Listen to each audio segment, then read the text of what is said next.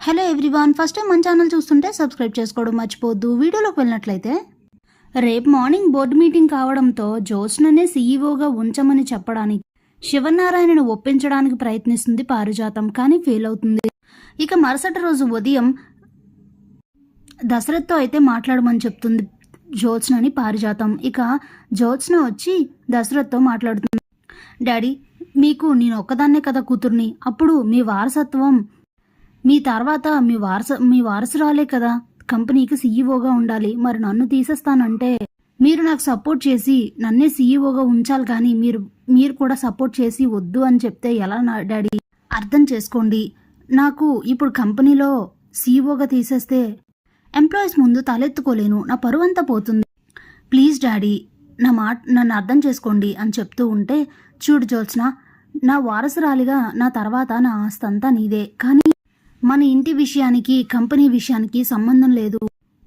ఇప్పుడు నువ్వు ఒక సీఈఓగా ఉండి తీసుకునే నిర్ణయాల వలన కంపెనీలో ఎంతోమంది ఎంప్లాయీస్ వాళ్ళ కుటుంబాలు రోడ్డును పడతాయి.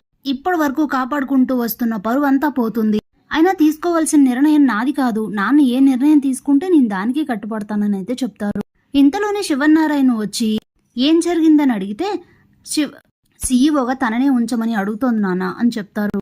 అప్పుడే శివనారాయణ, ఇందులో నాది కానీ మీ నాన్నది కానీ ఏం లేదు, కమిటీ మెంబర్స్ ఎలా చెప్తే అలానే, బోర్డు మెంబర్స్ అన్న మాటనే మేము పాటించాలి. ఎందుకంటే ఇప్పటి వరకు నువ్వు సీఈఓగా ఉండి కంపెనీని లాభాల్లోకి తీసుకురాలేదు, అందువలన వాళ్ళకి నీ మీద నమ్మకం పోయింది, కాబట్టి ఇప్పుడు నా చేతిలో ఏం లేదు అని అంటే, అప్పుడే పారిజాతం, ఎప్పుడు అధికారాలు నిర్ణయాలు అన్ని మగవాళ్ళవేనా, ఇంట్లో ఆడవాళ్ళకి ఎలాంటి నిర్ణయం తీసుకునే హక్కు లేదా అని అడిగితే ఎవరి గురించి మాట్లాడుతున్నావని కసురుతారు శివనారాయణ.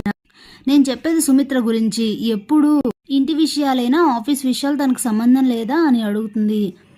చాలా సంతోషపడిపోతుంది జ్యోత్స్న, మా అమ్మ ఖచ్చితంగా నన్నే సీఈఓని చేస్తుందని అయితే అనుకుంటుంది. అప్పుడే శివనారాయణ, తను చెప్పింది కరెక్టే, నువ్వు చెప్పు సుమిత్ర, నీ అభిప్రాయం ఏంటి? నీ కూతుర్నే సీఈఓగా ఉంచాలి అనుకుంటున్నావా? అసలు నువ్వేమనుకుంటున్నావో చెప్పు అని అడిగితే, ఇంతలోనే దీపా కార్తీక్ కూడా అక్కడికి వస్తారు. అప్పుడే సుమిత్ర, నేను ఎవరైనా సరే పిల్లలు బాగుండడం కోసం, వాళ్ళ యొక్క భవిష్యత్ కోసమే కదా ఆలోచిస్తారు. కాబట్టి నేను నా కూతురు భవిష్యత్ గురించి ఆలోచిస్తున్నాను. అదేంటంటే జ్యోత్స్నని పెళ్లి కూతురుగా చూడాలనుకుంటున్నాను అని చెప్తుంది. దాంతో అందరూ స్టన్ అయిపోతారు, చాలా హ్యాపీగా ఫీల్ అవుతారు ఫ్యామిలీ అంతా. మంచి నిర్ణయమే అని అనుకుంటూ ఉంటే, అప్పుడే జ్యోత్స్న, ఇక్కడ అడిగింది ఏంటి, నువ్వు చెప్పేదేంటి అని అంటే, నన్ను మాట్లాడిస్తావా? చూడండి మావయ్య గారు, కంపెనీకి సీఈఓగా జ్యోత్స్న ఉన్నంత మాత్రాన అందరికీ నష్టాలే జరుగుతున్నాయి తప్ప ఎవ్వరూ ప్రశాంతంగా హ్యాపీగా లేరు. బాధ్యతలు తీసుకునేంత పెద్దది తను కాదు.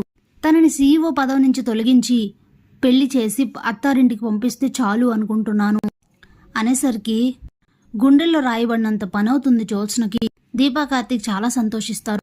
మమ్మీ అని జ్యోత్స్న అంటుంటే, ఇంకేం మాట్లాడకు అని అనేస్తుంది. ఇంతలోనే మరి ఎలాంటి వాళ్ళు సీఈఓగా కావాలి అని, ఎలాంటి వాళ్ళు సీఈఓగా ఉంటే నువ్వు సంతోషిస్తావని అడుగుతారు శివనారాయణ.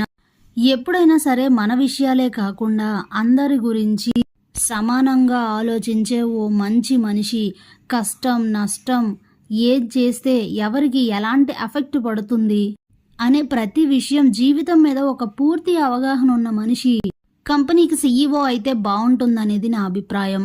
ఇంకా సింపుల్గా చెప్పాలంటే, ఇలా అనడం తప్పో రైటో కూడా నాకు తెలియదు, కానీ నా ఉద్దేశ్యం ప్రకారం కంపెనీకి సీఈఓగా దీపం చేస్తే బాగుంటుంది అనుకుంటున్నాను అని అంటుంది. స్టన్ అయిపోతారు అందరూ.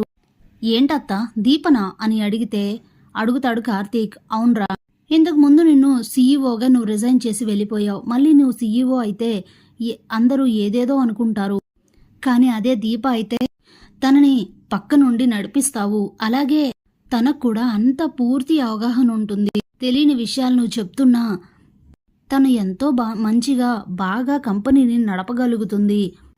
నాకైతే అదే అనిపిస్తుంది మావయ్య. కంపెనీ బాధ్యతలు మొత్తం దీపా కార్తీక్లకు అప్పగిస్తే వాళ్ళిద్దరూ కలిసి చాలా చాలా మంచిగా రన్ చేస్తారు, మన పరువుని మరింత రెట్టింపు చేస్తారు అనేసరికి, బాగుంది మమ్మీ, చాలా బాగుంది, ఏదో ఒక సంఘటన జరిగిందని, మీ ఇద్దరిని దీప కలిపిందని, జరిగినవన్నీ మర్చిపోయి నువ్వు దీప వైపు మొత్తం పాజిటివ్గా మారిపోయావు, జరిగినవన్నీ మర్చిపోయి అని అంటే ఏదో ఒక సంఘటనను పట్టుకొని నువ్వు ఆ సంఘటనలోనే ఉండిపోయావు. నేను కూడా అదే సందిగ్ధంలో ఉన్నాను. దానికోసం నేను కార్తీక్ ఒక పని చెప్పాను, వాడా పని చేస్తాడు. మిగతా విషయాలన్నీ చూస్తుంటే మాత్రం దీపని తప్పు పట్టాల్సిన అవసరం లేదనిపిస్తోంది. దీని వెనక ఇంకెవరు కుట్రనో ఉందనిపిస్తోంది. కాబట్టి నాకైతే ఇదే అనిపిస్తుంది మావయ్య. ఆపై మీ ఇష్టం అని అంటే, నువ్వు అన్నదే నా మైండ్లో కూడా ఉందమ్మా అని చెప్తారు శివన్నారాయణ. మరి నాకిచ్చిన అగ్రిమెంట్ సంగతి ఏంటి అని అడుగుతుంది జ్యోత్స్న. వాళ్ళు చేసేది కూడా మన పనే జ్యోత్స్న. వాళ్ళు మన కంపెనీలోనే వర్క్ చేస్తారు. అలాంటప్పుడు అక్కడ అగ్రిమెంట్ మీద ఉన్నదే కదా జరుగుతోంది. ఇంతకు మించి ఎక్కువగా మాట్లాడితే మర్యాదగా ఉండదు. నువ్వు సైలెంట్గా ఉండు అని అయితే చెప్పేస్తుంది సుమిత్ర. ఇక దాంతో సైలెంట్ అయిపోతుంది. ఇక కంపెనీకి వెళ్తారు అందరూ. కార్తీక్ దీపలకి కంపెనీ బాధ్యతలైతే అప్పగిస్తారు. కార్తీక్ దీప ఇద్దరు CEO, వాళ్ళిద్దరే బాధ్యతలు తీసుకుంటున్నందుకు బోర్డ్ మెంబర్స్ అందరు కూడా చాలా హ్యాపీగా ఫీల్ అవుతారు. ఇకపై మనం హ్యాపీగా ఉండొచ్చు, మనకి లాభాలు వస్తాయి, అంతా సంతోషంగా ఉంటామని అయితే అనుకుంటారు. Thanks for watching.